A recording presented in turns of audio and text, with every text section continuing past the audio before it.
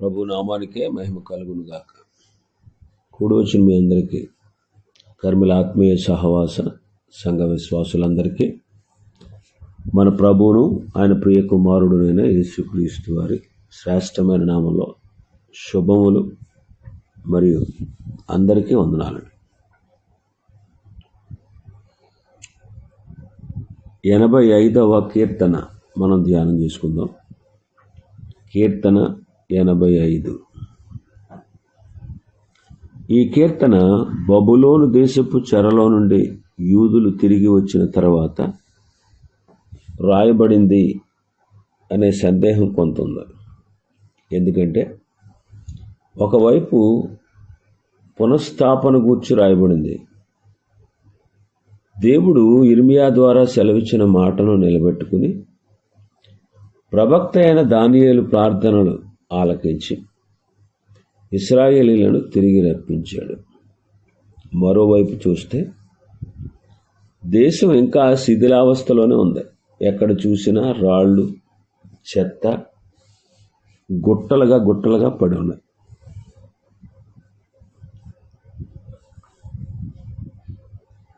దేవాలయము రాళ్ల కుప్పలాగా ఉంది. ఇవన్నీ చాలవన్నట్టు స్థానికులు, యెరూషలేములో ఉన్నటువంటి స్థానికులు వీళ్ళు తిరిగి రావడం ఇష్టం లేక సమస్యలు సృష్టిస్తూ ఉన్నారు. ఈ కీర్తనకు నేపథ్యం అన్నమాట ఇది. చెర నుండి తిరిగి వచ్చిన తొలి దినాల్లో రాయబడిన కీర్తన ఇది. ఈ కీర్తన 2 భాగాలుగా విభజింపబడింది. ఒక భాగంలోనేమో సంతోషం ఉంది, మరొక భాగంలో వేదన ఉంది.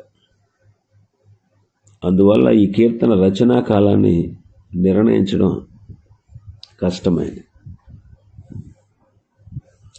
వాగ్దాన దేశపు శిథిలాల మధ్య నిలబడి కీర్తనకారుడు దేవుని వైపు చూస్తున్నాడు.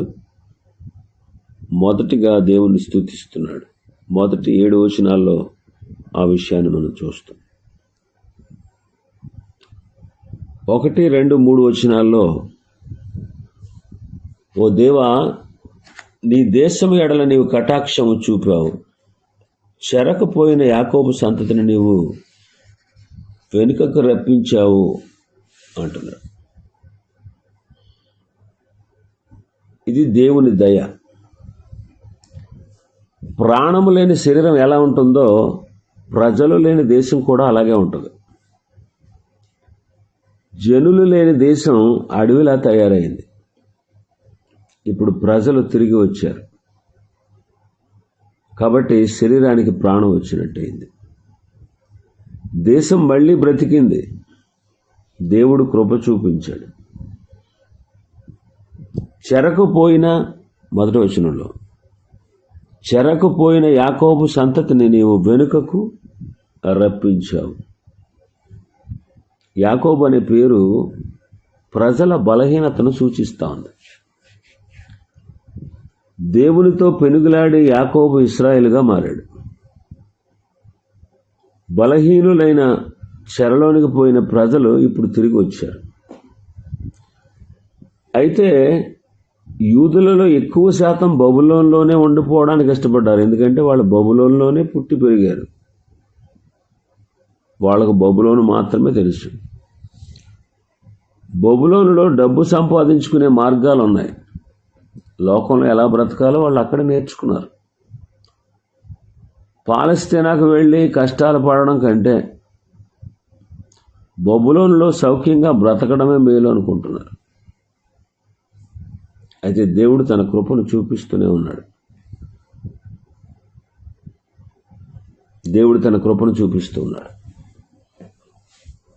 కొద్ది మంది మాత్రమే తిరిగి వాగ్దాన దేశానికి వచ్చారు.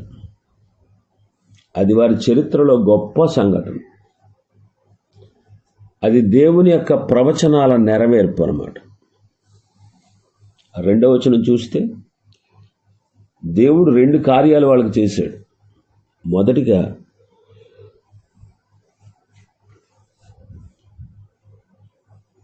వారి పాపాలను పరిహరించాడు. ఇశ్రాయేలుల చరిత్ర చూస్తే వారు కనానును జయించినప్పటి నుండి వారు జయించబడి చెరకు వెళ్ళే వరకు దుష్టక్రియలు చేస్తూనే ఉన్నారు. న్యాయాధిపతుల కాలం నుండి రాజుల కాలం అంతా వారు త్రోవ తప్పిపోతూనే ఉన్నారు. భయంకరమైనటువంటి విగ్రహారాధన చేశారు. దుష్టుడైన ఆహాజు రాజు తర్వాత దైవభక్తి కలిగిన హిజ్కియా వచ్చినా మళ్ళీ తిరిగి మనష్య పాలనలో ప్రజలు మరీ ఎక్కువగా చెడిపోయారు. వాళ్ళు విగ్రహారాధనకు అలవాటు పడిపోయారు. కనుక దేవుడు వారిని విగ్రహారాధన చేసే దేశానికి పంపించేశాడు. ఇప్పుడు దేవుడు వారి పాపాన్ని పరిహరించాడు, వారిని క్షమించాడు. పరిహరించుట అనే మాటకు లేకుండా చేయుట అనే అర్థం ఉంది. రెండవదిగా దేవుడు వారి పాపాన్ని కప్పివేశాడు. కప్పివేయడం అంటే కనబడకుండా చేయడం. కాబట్టి దోషాన్ని పరిహరించాడు, పాపాన్ని కప్పివేశాడు. ఇశ్రాయేలీలు ప్రాయశ్చిత్తార్థ పండుగ రోజున ఈ రెండు జరుగుతాయి. 2 మేకలను తెస్తారు. వాటిలో ఒకటి విడిచిపెట్టబడే మేక. ప్రజలందరి పాపాలు దాని తల మీద మోసి దాన్ని అరణ్యంలో విడిచిపెట్టేస్తారు. మరొక మేకను చంపి దాని రక్తాన్ని ప్రధాన యాజకుడు అతి పరిశుద్ధ స్థలంలోకి తీసుకువెళ్ళి అక్కడ మందసం ఎదుట దానిని ప్రోక్షిస్తాడు. దీనివలన 1 సంవత్సరం వరకు ప్రజల పాపాలు కప్పివేయబడతాయి. ఇది కల్వరికి సాదృశ్యంగా ఉంది. కల్వరి వద్ద పాపాలు కప్పివేయబడడం మాత్రమే కాదు, అసలు లేకుండా చేయబడ్డాయి. కీర్తనకారుడు దేవుని ఉగ్రతను కూడా మర్చిపోలేదు. అందుకే 3వ వచనం అంటాడు, నీ ఉగ్రత అంతయు మానివేసి ఉన్నావు, నీ కోపాగ్నిని చల్లార్చుకొని ఉన్నావు. పరిశుద్ధ ఉగ్రత, నీతితో కూడిన కోపాగ్ని. ప్రజలు ఆయన పంపిన వర్తమానాలను తృణీకరించి ప్రవక్తలను హింసించి పాపములో పొర్లుతూ ఆయన రెచ్చగొట్టారు. రాజుల గ్రంథంలో చూస్తే వాళ్ళు దేవుని కోపాన్ని ఎంతగా మండించారో తెలుస్తుంది. రాజు అయిన యోషియా చేసిన మత సంస్కరణలు కూడా దేవుని ఉగ్రతను చల్లార్చలేకపోయాయి అని చరిత్రకారులు రాశారు. పాపం చాలా లోతుగా వేరుపారిందనమాట. మనష్షే తన 55 సంవత్సరాల్లో ఎక్కువ కాలం మిక్కిలి దుర్మార్గంగా జీవించాడు. అతని పాలనలో చిన్నపిల్లలను బలి ఇవ్వడం, పురుషగాములు దేశమంతా విచ్చలవిడిగా జీవించడం, విగ్రహారాధన, దాని అసహ్యమైన కార్యాలు హద్దుమీరిపోయాయి. బాగు చేయలేనంతగా దేశాన్ని నాశనం చేశాడనమాట మనష్షే. ఇటువంటి హేయమైన కార్యాలు, ఆ కార్యాలు చేసినప్పుడు దేవుడు ఎప్పుడు కూడా తన తీర్పును తెస్తాడు. కీర్తనకారుడు దీన్ని గుర్తు చేసుకుంటున్నాడు. అయితే గొప్ప అద్భుతం ఏంటంటే దేవుడు తన కోపాగ్నిని చల్లార్చుకున్నాడు. అందువల్ల కీర్తనకారుడు దేవుని స్తుతిస్తూ ఉన్నాడు. 4వ వచనం నుంచి 7వ వచనం వరకు మనం చూస్తే ఇక్కడ కీర్తనలో కొంత మార్పు వచ్చింది. ఇప్పటి వరకు దేవా నువ్వు ఇలా చేసావన్నాడు. ఇప్పుడు కీర్తనలో ఆయన స్వరం మారింది, భక్తుల స్వరం మారింది. దేవుని బతిమాలుచున్నాడు. 5వ వచనం అంటాడు, ఎల్లకాలము మా మీద కోపగించేదవా అంటున్నాడు. ఈ ప్రజల్లో చాలామంది చెరకాలము ముగిసిపోయినప్పటికీ ఇంకా చెరలోనే ఉండడానికి ఇష్టపడుతున్నారు. ఇది దేవుని అవమానించినట్టు. చెర నుండి విడుదలై స్వదేశానికి తిరిగి వచ్చిన వారి కఠినమైన పరిస్థితులను తట్టుకోలేక వారి ఉత్సాహం అంతా కూడా నిరాశగా మారిపోయింది. ఆర్థిక సమస్యలు ఒక పక్క, కఠినమైన శ్రమలు ఒక ప్రక్క, శత్రువులుగా ప్రవర్తిస్తున్నటువంటి పొరుగువారు ఒక ప్రక్క, నిర్మాణాన్ని నిలుపు చేసేయాలి అని రాజు ఇచ్చిన ఆజ్ఞ, ఇవన్నీ వాళ్ళ ఆనందాన్ని హరించేశాయి.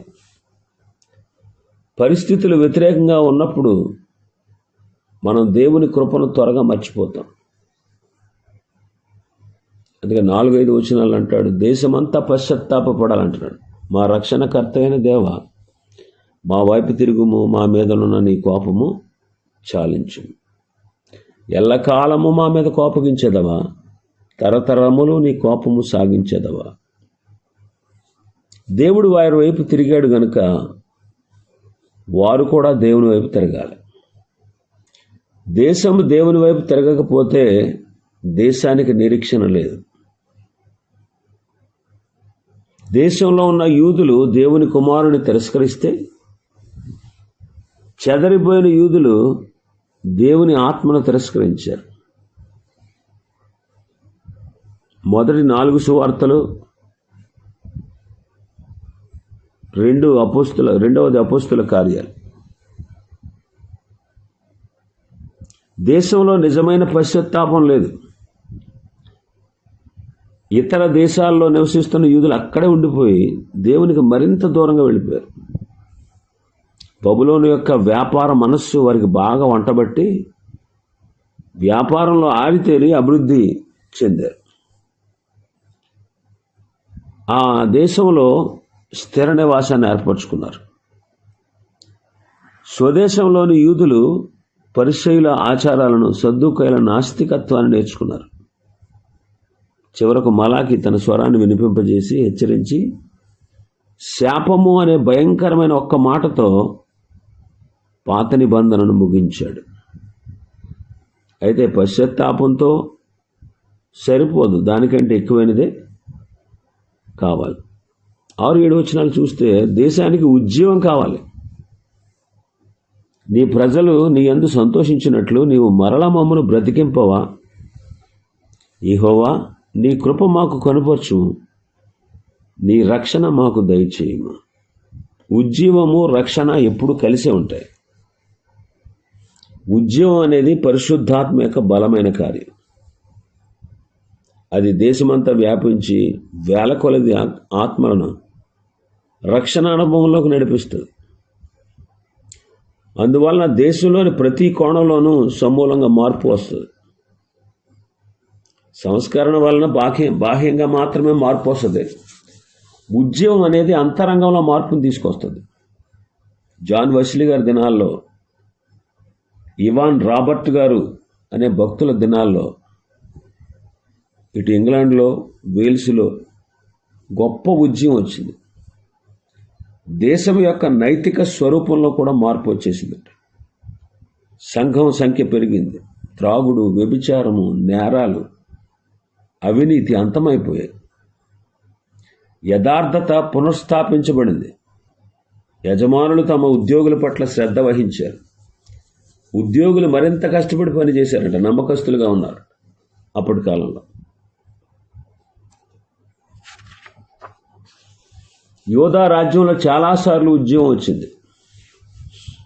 అతి గొప్ప ఉద్యమం దావీదు కాలంలో వచ్చింది. యెహోషాపాతు కాలంలో, హిజ్కియా కాలంలో, యోషియా కాలంలో దేశాన్ని దేవుని వైపు వీళ్ళందరూ మళ్లించారు. ఆ గొప్ప దినాలని కీర్తనకారుడు ఇక్కడ జ్ఞాపకం చేసుకుంటున్నాడు. యజ్రా దినాల్లో వచ్చినటువంటి ఉద్యమం కీర్తనకారుడు ఉన్నటువంటి దినాల్లో రాలేదు. అందుకే భక్తుడు దేశంలో పశ్చాత్తాపం, ఉద్యమం రావాలని ప్రార్థన చేస్తాడు. ఇక 8వ వచనం నుంచి 13వ వచనం వరకు మనం చూస్తే, 8వ వచనంలో దేవుని రక్షణ పట్ల నిర్లక్ష్యం. 8వ వచనం, దేవుడని యెహోవా సెలవిచ్చిన మాటను నేను చెవిని పెట్టేదను. ఆయన తన ప్రజలతో తన భక్తులతో శుభవచనములు సెలవిచ్చును. వారు మరల బుద్ధిహీనులు కాకుందురుగాక. దేవుడు తన ప్రార్థనకు జవాబిస్తాడనే నమ్మకంతో కీర్తనకారుడు ఉన్నాడు. దేవుని మాటలు, ఆజ్ఞలు పాటించినంత కాలం వారికి శుభమే జరుగుతుంది అని అతనికి తెలుసు. దేవుని వాక్యాన్ని, దేవుని రక్షణను నిర్లక్ష్యం చేస్తే ఎన్నో సమస్యలు ఎదుర్కోవాల్సి వస్తుంది. ఉద్యమం ఎప్పుడు కూడా ఎక్కువ కాలం ఉండదు. 20వ శతాబ్దం ప్రారంభంలో వేల్స్ దేశంలో గొప్ప ఉద్యమం వచ్చినప్పుడు ఆశ్చర్యకరమైన సంగతులు ఆ దినాల్లో జరిగాడు. పొగ్గు గనుల్లో పనిచేసే కార్మికులు అనేకులు రక్షణ పొందారు. వారి నోట నుండి బూతులు, పోకిరి మాటలకు బదులుగా ఉదయమే స్తుతి పాటలు వినబడుతూ ఉండేవంట. సారా దుకాణాలు మూతపడ్డాయి. పోలీసులకి పని లేక ఖాళీగా తిరిగేవాళ్ళంట. జైళ్ళు, కోర్టులు ఖాళీగా ఉండేయంట. ఇంగ్లాండ్లో ఉన్నటువంటి అన్ని సంఘాల నాయకులు వేల్స్ దేశంలో దేవుడు చేస్తున్న కార్యాలను చూడడానికి వచ్చేవారంట. తమ దేశానికి కూడా ఉద్యమం రావాలని ప్రార్థన చేస్తూ తిరిగి వెళ్ళేవారు.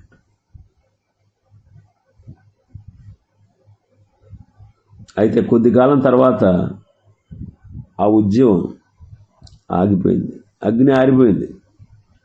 ప్రజలు భావోద్వేగాలతో తృప్తి పడిపోయారు. ఆ ఉద్యమాన్ని దేవుని వాక్య ప్రకారం నడిపించేవారు లేకపోయారనమాట. భవిష్యత్తుకు సరైన పునాది వేయలేదు. ఈ దినాల్లో వేల్స్ దేశ వీధుల్లో నడుస్తుంటే ఉద్యమం యొక్క జాడలు ఎక్కడ కనపడలేదంట. చర్చిలు అమ్మబడ్డాయి. చర్చిలు షాపుల్లాగా మార్చివేయబడ్డాయి.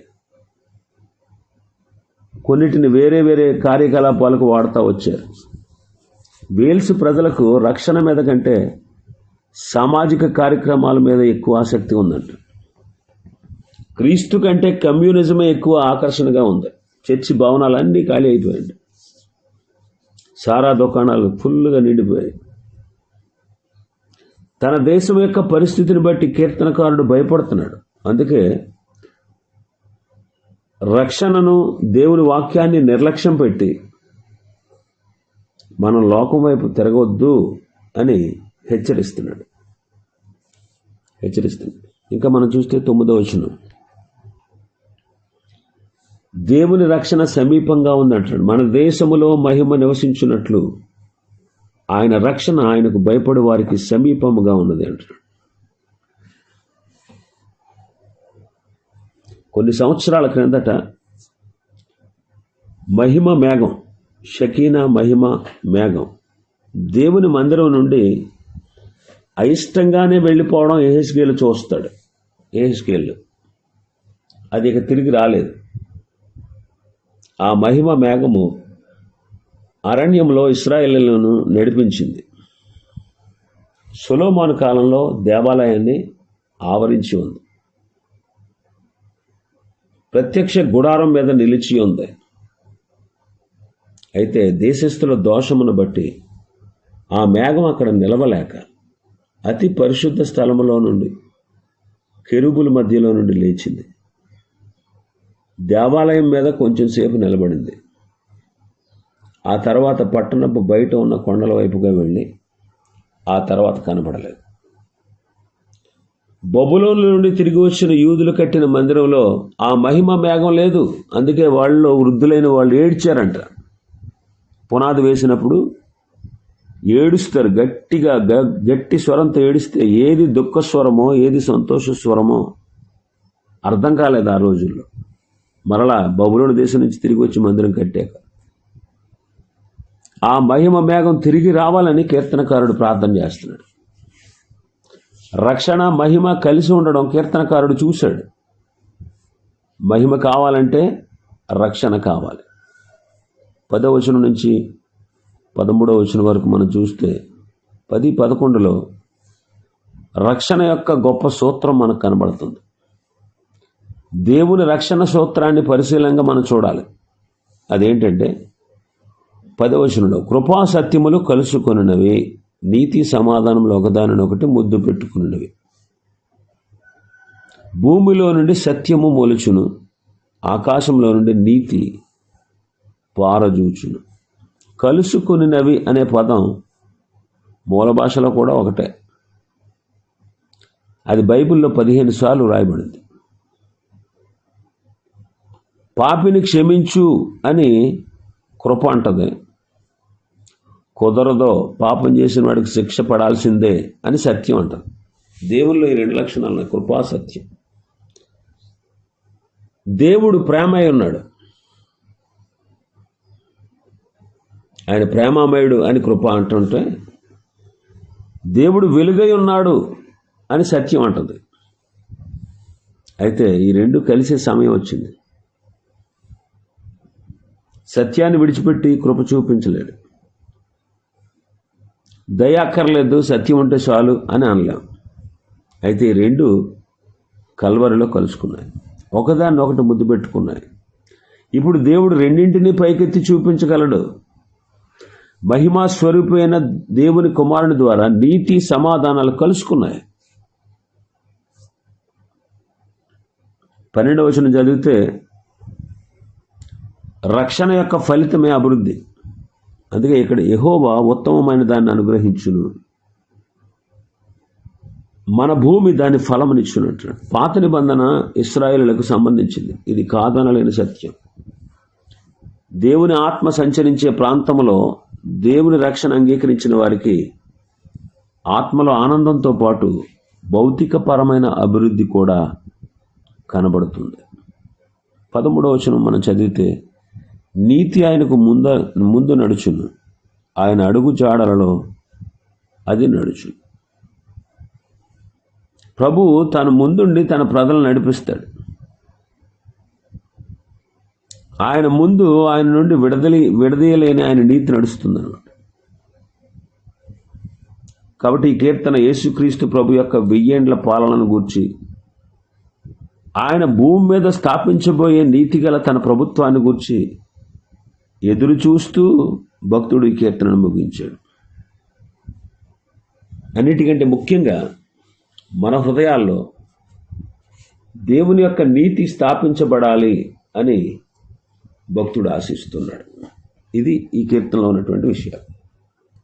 ప్రభు చిత్తమైతే మరొక కీర్తన రేపటి దినం ప్రారంభించుకుందాం. దేవుడి వర్తమాన వాక్యాన్ని మన వెనుకడిలో ఆశీర్వదించును గాక.